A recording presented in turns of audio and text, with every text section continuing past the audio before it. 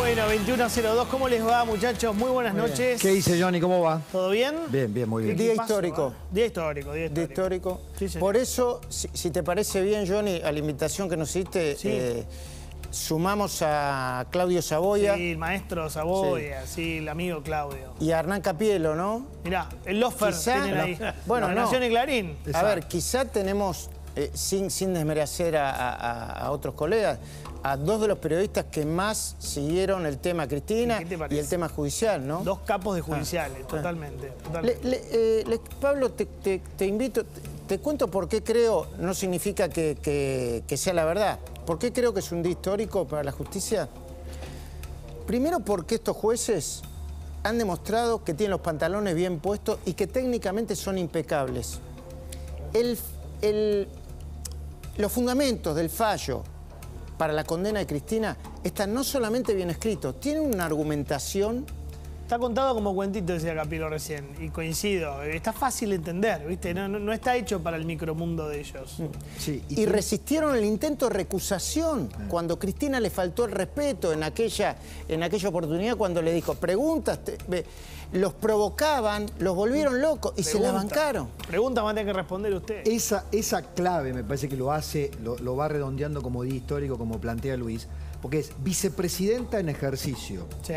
que además enfrentó públicamente, ¿no? Los patoteó públicamente ante todo el mundo para que todo el mundo tuviera miedo. Sí. Tanto que nosotros pensábamos y recibieron muchas críticas, como hablábamos con Luis, Sí. porque no reaccionaban, ¿te acordás en aquel momento? No, pues estuvo bien en no reaccionar. Está bien. ¿Querés que recordemos Dale, el sí, momento sí, ese por en que favor. Cristina le decía a los jueces, ustedes no son nadie y yo soy la historia?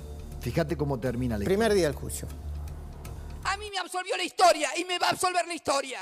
Y a ustedes seguramente los va a condenar la historia. Nada más y muchas gracias.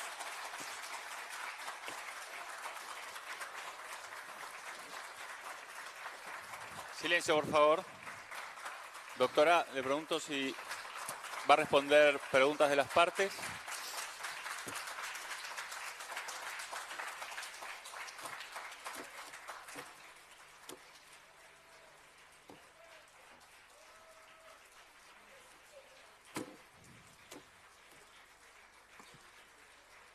Permiso, me voy a levantar, señor. He terminado la aclaración. Muchas gracias y buenos días.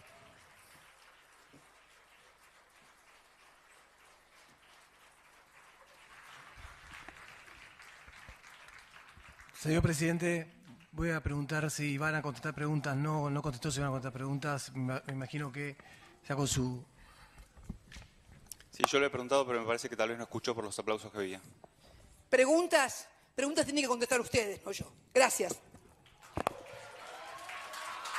Esto es lo histórico para ¿Quién mí. contestó preguntas al final? ¿Al final? Y ¿Viste? sí, Claudio. esto es lo histórico. Claudio, Hernán. ¿No? Impresionante para mí que en este... Digo, a ver, estamos frente a un hecho donde estamos acostumbrados a que las palabras cada vez valen menos. Bueno, acá se estableció una verdad jurídica. Esto no es ya una opinión, no es una acusación del fiscal, no es un diputado que dice, no es una denuncia en la mesa de entrada, es una verdad jurídica. O sea, esto para la justicia es lo que pasó. Perdón, por eso Es un decía... hecho. Es un hecho. Es un hecho, Johnny. Fin. Por eso decía, una Fin. cosa es que digan, que discutan, y otra cosa... ¿Viste cuando te dan una mala noticia y vos decís, no va a llegar, o yo la voy a soportar, pero después la mala noticia se convierte en realidad y genera los exabruptos emocionales de Cristina diciendo yo no quiero ser candidata? No. Sí. Pero es histórico porque además le hace bien a la justicia, al sistema judicial, a estos jueces, a estos fiscales. Claudio, ¿vos compartís conmigo la idea? Sí, comparto y te agrego un ladrillito más en esa pared. La contundencia y la cantidad de pruebas que se exponen, no solo en los 1.600 páginas, sino cómo están entrelazadas, también cierra mucho los caminos que exploraba y que va a tratar de explorar el doctor Veraldi para la apelación ante la casación. ¿Por qué? Esto es importante, porque vos lo que apelás no es un número, por eso había que esperar el día de hoy, lo que se apela es a los argumentos. Yo digo que fui mal condenada, en el caso de Cristina, porque me acusan de esto por tal motivo, ese motivo no está, no se consideró esta prueba, se consideró esta otra, y hoy hubo un juego muy grande, tanto es así que empieza toda una explicación de por qué se aceptaron, por ejemplo, las escuchas de López, los chats de José López, y no otras pruebas que había pedido el fiscal Luciani, en qué momento, qué día fue eso, cómo lo consintieron todas las partes. La descripción que hizo Johnny y la que hizo en su nota también Hernán Capielo sobre los 5 grandes temas, que podemos ir desagregando, para mí son como bombas de realidad que caen sobre la sociedad para decir, che, no lo inventaron esto, ¿no? Sí, mira, hay 2 conceptos que yo rescato. Página 997, muy cortito, no se asusten. No, sí. Nos encontramos en condiciones de afirmar que Cristina Elizabeth Fernández de Kirchner, José Francisco López y Lázaro Antonio Báez planificaron, decidieron y ejecutaron el abandono de las obras adjudicadas a las empresas del Grupo Báez. Y contaron para ello con la asistencia de Nelson Guillermo Periotti y José Raúl Santibáñez. Punto. ¿Viste qué fácil que es? Cortito, explica qué hacía cada uno, Claro, el rol. Recién decía, claro, como un cuentito, porque esa es otra gran virtud. Teníamos fotos o teníamos fotogramas. Claro. Entonces el kirchnerismo decía, che, no aparece Cristina en el fotograma. Claro. Pero cuando ves la Película completa. Cristina es la protagonista. No, y Cristina además- Néstor. Hoy lo charlábamos con Eduardo. Porque el cerebro de todo esto fue Néstor. Sí. Hoy no puede rendir cuenta porque no está. Porque después quedó sola ella. Porque ratificó después negocios por su cuenta con Lázaro Báez. Pero el cerebro de todo esto fue Néstor. Pero lo dice con hechos, con pruebas. Acá, creo en página 800 y pico, acá me perdí. Dice, Cristina robó a través de 51 obras públicas entre los años 2003 y 2015. Y te dice, tal cuadrito, te dice Brutal. ¿Cómo robó? 1. Autovía Comodoro Rivadavia, Caleta Olivia. Se hizo el 36% de la obra. ¡Pum! Robó. No, Ruta 40. Ruta Provincial 3, kilómetro 1867-1908. Solo se hizo el 24% de la obra. Costó 2.000 millones de pesos. Robó. Listo, seguimos. Ruta Provincial 47, pavimento roto, alcantarilla de mala calidad. Robó. Listo. Puente Blanco Bellavista sobre la Ruta 40. 925 metros de carpeta asfáltica no ejecutada. Ya está. Datos. Y el concepto, por eso, si me permiten, yo le digo, voy a hacer una invitación pública, después voy a tratar de hablar con los jueces. Yo tengo un sello editorial que se llama Margen Izquierdo. Les voy a ofrecer publicar este fallo comentado, los fundamentos de estos fallos comentados, porque son históricos.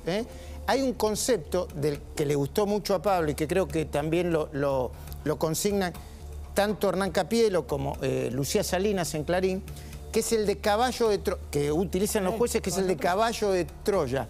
¿Te gustó a vos, Pablo? Sí, claro, por supuesto. Porque además es bien gráfico. Hoy contamos la historia de Caballo de Troya. Exactamente. Es eso, se le metieron adentro.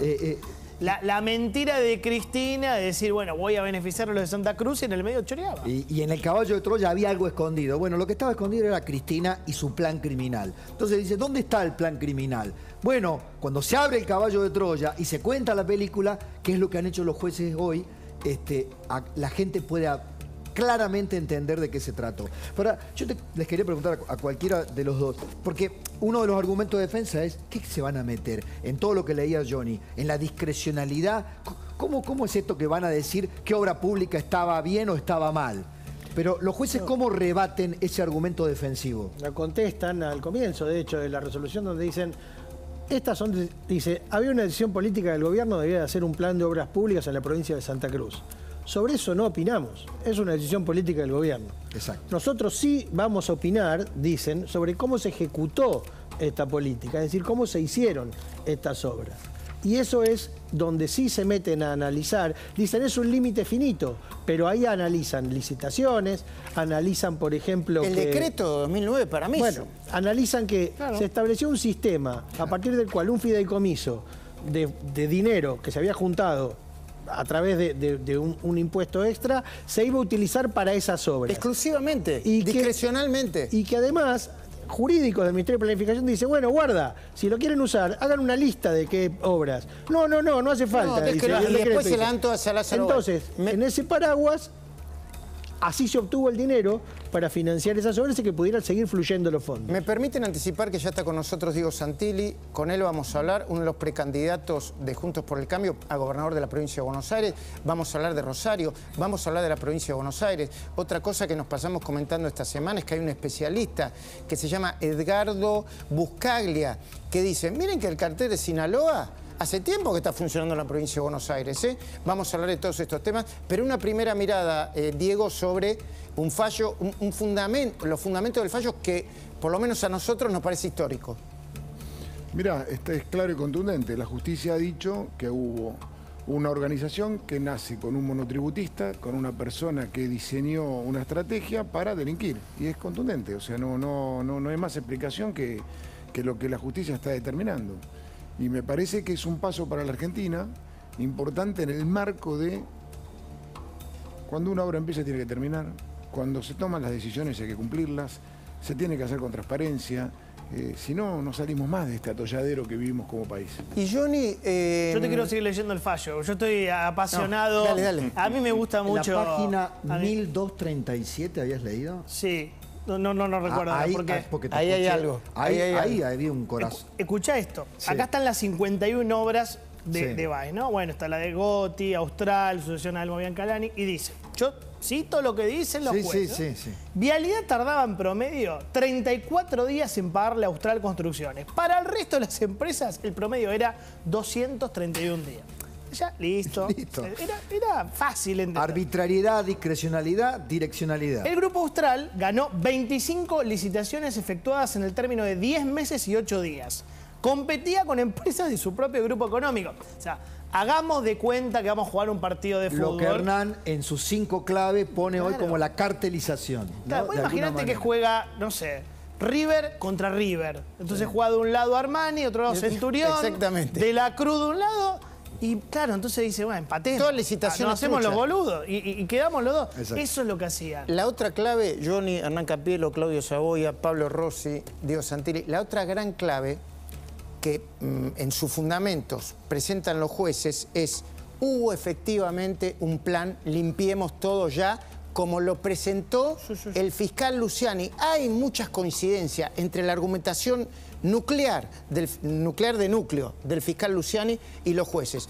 Porque el fiscal Luciani lo presentó de una manera brutal, que entendió todo el mundo así. Para que puedan tomar dimensión del caos que generó este plan, que los mismos imputados denominaron Plan Limpiar Todo.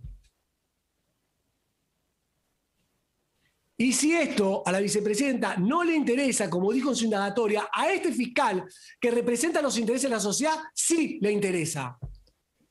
Y también le interesan los daños inconmensurables que se ocasionaron con el abandono de las obras, sin razón alguna. Y basta con observar el cuadro de situación de las obras abandonadas. Voy a mencionar algunas, señores jueces. Expediente 16.957. Pavimentación de aproximadamente 28 kilómetros a la ruta número 3. Tramo kilómetro 1867-1908. Se presentaron Austral, Gotti y Kank. No dice nada. Repito, Austral, Gotti y Kank. Y Petersen. El plazo en que vio finalizar la obra fue de 36 meses, pero tuvo una duración de 113 meses. En esos 10 años, solo se ejecutó el 24% de la obra, señores jueces. Ya está, ¿ves lo que te dice Kong, Totalmente. Y no hacían que competía. Y Petersen. Claudio. No, 2 o 3 detalles para darle contexto a los datos que ustedes muy bien están seleccionando, pues es muy importante para la gente que no está todo el día leyendo expedientes, cuáles son las cosas que llaman la atención. La primera, hace 8 días el presidente de la Nación en el Congreso, ante toda la Asamblea Legislativa y 2 jueces de la Corte, dijo: no pueden juzgar a Cristina porque ella no sabía, debía saber. Eso no es lo que se juzgó su responsabilidad concreta y específica y su intervención a través de firma de documentos o de omisión en controles personal. Por lo tanto, es ella y no es la función del presidente la que fue juzgada. Segundo, otra cosa que se dijo muchas veces y que va a insistir Beraldi, no se puede juzgar una estructura del Estado. Señores, el caballo de Troya era una asociación ilícita montada en el Estado. Y hay un detalle que es muy fuerte de esto, que es la omisión a la condena de Julio De Vido. ¿Por qué? Porque los jueces dicen, en esta asociación ilícita, De Vido no participó. A mí no vamos a decir hablar bien de De Vido con la corrupción. Luciani no comparte. No comparte eso. Luciani lo apeló. Vos fijate el doble coraje de los jueces. Uno, decir, miren que el fiscal dice asociación ilícita y por mayoría, 2 contra 1, nosotros decimos que es una defraudación. Y de alguna manera se ponen en cierta antipatía frente a la sociedad. Y la otra es, De Vido no tiene nada que ver. Perdón, hay que decirlo, es que funcionalmente es probable que De Vido no tenga nada que ver. ¿Por qué? Porque el que manejaba directamente, radialmente, con Cristina y con Néstor era José López. Eso es lo que dice Borini, Jiménez Uriburu. Luciani cree otra cosa, pero bueno, está bien. Los jueces describieron eso, que De Vido lo habían corrido de vialidad. Dice, estaba lejos de la plata de vialidad. Dice, él no manejaba la plata de vialidad, por eso no tiene nada que ver. Ahí tenés otro detalle, Hernán, que vos escribiste hoy también. En muchos tramos, y esto es importante, los jueces, los 3 dicen, el dinero de toda esta mega defraudación al Estado iba al señor Báez y al matrimonio presidencial. Bueno, para mí ¿Por esa qué es la clave? Importante esto? Porque es lo que se va a juzgar. Para mí eso es lo más relevante de la sentencia de hoy. Dentro de otra bomba. Los jueces, estos jueces, en los fundamentos de su fallo, dicen, miren que la plata de Báez estaba y Báez le daba la plata a Cristina, que eso te son los sauces. Para mí lo más relevante del fallo de hoy es que... ¿Por qué Cristina amparó a Báez? Para enriquecerse. Eso es lo que dice el fallo, para obtener un beneficio económico. Primero con Néstor y después con Cristina solo. Está escrita la palabra codicia en la sentencia. Para seguir para empezar a despedir a Johnny, que tiene mucho laburo siempre, y para seguir la línea de lo que planteaba Johnny, de lo bien explicado que está, y lo que planteaba Johnny sobre la guita, ¿no? Sí. Las estancias de Báez. Sí. El fiscal Luciani también, yo tengo que hacer una parte con el fiscal Luciani, muy corajudo, muy preparado técnicamente, muy corajudo. Y designado por Cristina. La condenada por inhabilitación por Cristina lo designó. Luciani dice, ¿saben a cuánto equivale la fortuna de alguien que era un monotributista y después se convirtió en el rey de la obra pública? A 20 ciudades de Buenos Aires, las estancias de Báez. Compartamos antes de despedir a Johnny, por favor.